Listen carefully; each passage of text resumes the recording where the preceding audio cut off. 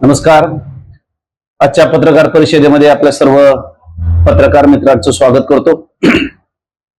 आपल्या शेवगाव शहरामधील नगर परिषदेच्या हद्दीमध्ये किंवा नगर परिषदेच्या जागेवरती जी वर्षानुवर्षापासूनची अतिक्रमणं होती, ती अतिक्रमणं काढण्याची मोहीम नगर परिषदेने गेल्या मार्च महिन्यापासून सुरू केलेली आहे. तर म्हणजे अतिक्रमणं अत्यंत जोरकसपणे मार्च एप्रिल महिन्यामध्ये सुरू झाली. सुरुवातीला रस्त्यावरची अतिक्रमणं जी होती, गोरगरिबांची छोट्या छोट्या टपऱ्या होत्या, छोटे व्यावसायिक होते, यांची सगळी अतिक्रमणं मुख्याधिकारी नगर परिषद शेवगाव यांनी आपल्या ताफ्यासह पोलीस बंदोबस्तामध्ये अत्यंत हिटलरशाहीने ती काढण्यात आली. त्याच्यानंतर जून महिन्यामध्ये शेवगाव शहरामधील जैन गल्ली, शिवाजी पुतळा ते सोनारपेठ, त्याचप्रमाणे मुची गल्ली या भागामधली जे काही व्यावसायिकांची अतिक्रमण आहे, या व्यावसायिकांच्या अतिक्रमणांना देखील ती अतिक्रमणं काढावी. काही ठिकाणचा 9 मीटरचा रस्ता आहे, काही ठिकाणी 12 मीटरचा रस्ता आहे, आणि म्हणून आपापली अतिक्रमणं 21 दिवसाच्या आतमध्ये काढावी अशा पद्धतीच्या नोटिसा त्या भागातल्या संबंधित सर्व अतिक्रमणधारक व्यावसायिकांना मुख्याधिकारी शेवगाव यांनी दिल्या होत्या. 21 दिवसाचा कालावधी झाला, महिना झाला, 2 महिने झाले, तब्बल 3 महिने होऊन गेले, तरी देखील उच्च भ्रूंची धनदांडग्यांची ही या पेठेतली जी अतिक्रमण आहे ती अतिक्रमण अद्याप देखील काढलेली नाही. म्हणजे जो उत्साह मुख्याधिकाऱ्यांना गोरगरिबांची अतिक्रमणं काढण्यामध्ये दिसत होता, उन्हामध्ये थांबून, जेसीबी जवळ ठेवून, पोलीस बंदोबस्त घेऊन, कर्मचारी बंदोबस्त घेऊन ज्या पद्धतीनं छोट्या छोट्या टपरी चालकांची अतिक्रमणं काढली, तर म्हणजे ते टपरी चालक विनंत्या करत होते, याचना करत होते, आम्हाला अवधी द्या, आम्हाला वेळ द्या, परंतु त्यांच्या याचना धुडकावून लावल्या आणि ती अतिक्रमणं नेस्तनाबूत केली, त्या लोकांना रस्त्यावरती आणलं. मग आता गरिबांसाठी जर तो न्याय होता, तर मग आता 3 महिने झाले तुम्ही स्वतःच्या स्वाक्षरीनं 21 दिवसाची मुदत देऊन या धनदांडग्यांची जी अतिक्रमण आहे, सोनारपेठेतील, जैन गल्लीतील, मोची गल्लीतील, ही अतिक्रमण का निघत नाही? काल 2 दिवसापूर्वी या भागाच्या ज्या आमदार आहेत मोनिकाताई राजळे यांनी सर्व व्यावसायिकांची आणि मुख्याधिकारी आणि काही नगरसेवकांची बैठक घेतली. त्या बैठकीमध्ये त्यांनी काही नगरसेवकांनी आणि या भागाच्या ज्या लोकप्रतिनिधी आहेत भाजपच्या, त्यांनी मुख्याधिकाऱ्यांना सूचना केल्या की अतिक्रमणं काढायची नाही.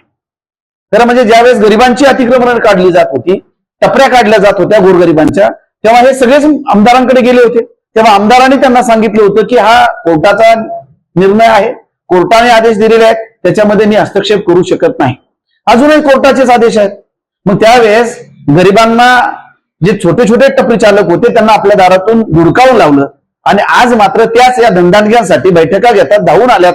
मला असं वाटतं की हे गरिबांवरचं निवडणुकीच्या काळातलं हे पुतना मावशीचं प्रेम या आमदार मॅडमचं आहे, आणि म्हणून त्यांचा आम्ही जाहीर धिक्कार करतो की गरिबांच्या बाजूने उभं राहायचं नाही, गरीब उद्ध्वस्त होताना त्यांच्याशी बोलायचं नाही, एक फोनही मुख्याधिकाऱ्यांना करायचा नाही, आणि जेव्हा धनदांडग्यांची अतिक्रमण काढायला जातात तेव्हा मात्र त्यांच्या सोबत व्यापाऱ्याच्या घरी मुख्याधिकाऱ्यांना बोलवायचं, बैठक घ्यायची, त्यांना सूचना द्यायच्या. मला असं वाटतं की हे अत्यंत निंदनीय आहे, निषेधार्थ आहे. कायदा सगळ्यांच्या समोर समान आहे. जर कोर्टाचे आदेश आहेत तर मग गरिबांची अतिक्रमणं काढली पाहिजे, धनदांडग्यांची अतिक्रमणं काढली पाहिजे, परंतु तसं होताना दिसत नाही. 5 दिवस वंचित बहुजन आघाडीचे कार्यकर्ते या छोट्या छोट्या टपरी चालकांना घेऊन तहसील कार्यालयाच्या समोर बसले. मी स्वतः या नगर परिषदेच्या ज्या नगराध्यक्ष आहेत त्यांच्या पतींबरोबर बोललो, ते देखील माझ्याबरोबर एकही सेकंद तिथं आले नाही.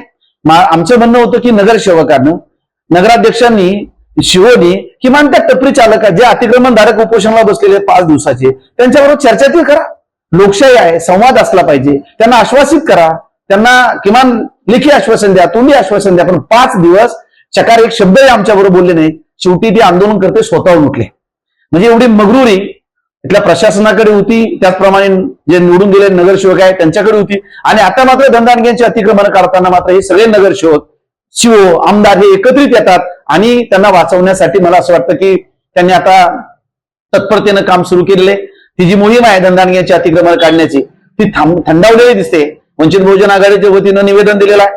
आम्ही सांगू इच्छितो या निमित्तानं की गरिबांना तोच न्याय, तोच धनदांडग्यांना न्याय. आम्ही सामाजिक न्यायाची लढाई लढणारे कार्यकर्ते आहोत.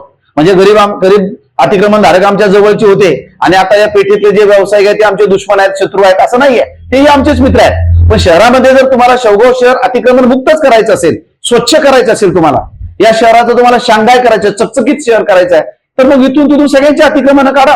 परंतु तसं होताना दिसत नाही. गोरगरिबांची अतिक्रमण काढली आणि त्यांचा जो बुलडोजर आहे तो मात्र थांबलेला आहे. जो मलिदा मिळायचा आहे धनदांडग्यांकडनं तो मलिदा शिव मॅडमला मिळालेला आहे.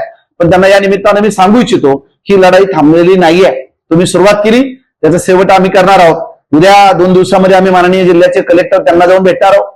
त्यांना आम्ही विनंती करणार आहोत की अशाच्या पद्धतीचा दुजाभाव नगर शहरामध्ये नगर परिषदेच्या शिवोनी केलेला आहे. नोटिसा देऊन देखील त्यांचं अतिक्रमण निघत नाही. शिवोंना भेटणार. त्याच्यानंतर वेळ पडली तर जे गोरगरीब अतिक्रमणधारक जे उद्ध्वस्त झाले, जे रस्त्यावरती आलेले आहेत आता, की ज्यांचा प्रपंच, ज्यांची चूल, ज्यांचं पोट हे हातावरती होतं, ते आज अक्षरशः रस्त्यावरती आलेले आम्ही पाहतोय. या सगळ्यांना घेऊन या जिल्ह्याचे पालकमंत्री जे आहेत राधाकृष्ण विखे पाटील, हे सगळ्यांची विराड घेऊन आम्ही लोणीला त्यांच्या दारामध्ये जाणार, त्यांना जाब विचारणार. आणि नाही झालं तर शेवटची जी लढाई आहे न्यायालयाची, ती न्यायालयाची लढाई देखील या निमित्ताने आम्ही करू. परंतु या निमित्ताने सांगू इच्छितो की शेवगाव मधलं शेवटचं अतिक्रमण निघेपर्यंत ही लढाई चालू राहील, ही थांबणार नाही. आणि पुन्हा एकदा ज्या मोठमोठ्या व्यापाऱ्यांसाठी धावत पळत या ठिकाणी वेळ काढून या भागाचे आमदार आले त्यांना वाचवण्यासाठी, त्या आमदारांचा वंचित बहुजन आघाडीच्या वतीनं आम्ही धिक्कार करतो, त्यांचा आम्ही निषेध करतो. ही लढाई शेवटचं अतिक्रमण निघेपर्यंत वंचित बहुजन आघाडी ताकदीनं लढणार आहे.